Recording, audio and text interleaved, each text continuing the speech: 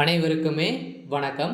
சற்று முன் கிடைத்திருக்கக்கூடிய ஒரு மிக மிக முக்கியமான செய்தி ஒன்று வெளியாகியுள்ளது.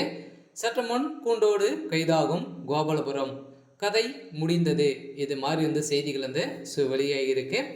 ஸோ நேற்று முன்தினம் பார்த்தீங்கன்னா நடந்திருந்தே ஒரு மிகப்பெரிய சம்பவம் தான் நடந்துட்டு இருக்கு இல்லையா? ஸோ இப்போ பார்த்தீங்கன்னா சென்னையில் ஒரு மிகப்பெரிய கலவரங்களாக இது வரைக்கும் நடக்காத ஒரு அளவுக்கு இப்போ ஒரு மிகப்பெரிய கலவரங்களாக வெடித்திருக்கு இல்லையா? ஸோ இதை தொடர்ந்து பார்த்தீங்கன்னா இந்த விஷயத்தை பார்த்தீங்கன்னா பாலியல் துன்புறுத்தலுக்கான செயல்பட்ட திமுக சேர்ந்த அமைச்சர்கள் அனைவருமே இதில் பார்த்தீங்கன்னா மறைக்க துடித்து வருவதாக ஒரு குற்றவாளிகள் அனைவருமே பார்த்தீங்கன்னா இதில் சிக்கக்கூடியாத அளவிற்கு இப்போ தப்பித்து ஒரு முறையில் இப்போ பார்த்தீங்கன்னா அதிரடியாக உளறிய அமைச்சர் இப்போ அதிரடியாக திமுகவுடைய தலைமையகத்துக்கு ஒரு மிகப்பெரிய கேள்விக்குறியாக வந்திருக்கு.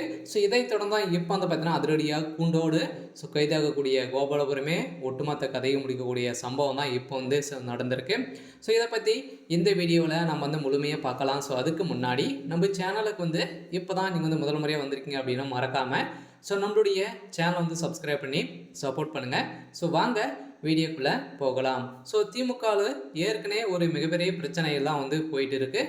இதை தொடர்ந்து இப்போ பார்த்தீங்கன்னா திமுகவுடைய தலைமையகம் ஒட்டுமொத்தமாக கோபாலபுரத்தில் தான் இருக்காங்களே. இப்போ கோபாலபுரத்தில் பார்த்தீங்கன்னா அதிரடியாக திரண்டு மாணவிகளும் அனைத்து அண்ணா பல்கலைக்கழகத்தில் இருக்கக்கூடிய மாணவிகள் அனைவருமே பார்த்தீங்கன்னா போராட்டத்தில் 3 நாட்களாகவே நடத்தி வரும் நிலையில் இந்தியா முழுவதுமே மிகப்பெரிய கலவரங்களாக இந்த செயல் பார்த்தீங்கன்னா பேசப்பட்ட ஒரு நிலையில் மீண்டும் காலையிலே பார்த்தீங்கன்னா நேற்று காலையிலே மீண்டும் ஒரு பெண் பார்த்தீங்கன்னா துன்புறுத்தலுக்கு ஈடுபட்ட சம்பவம் தான் இப்போ திமுகவை சேர்ந்த அமைச்சர்கள் அனைவருமே இதில் அந்த மாணவர்களை மிரட்டியதாக தொடரப்பட்ட வழக்கில் இப்போ அதிரடியாக திமுக சேர்ந்த அமைச்சர்களும் கூண்டோடு இப்போ கோபாலபுரமே சிக்கிய சம்பவம் தான் இது.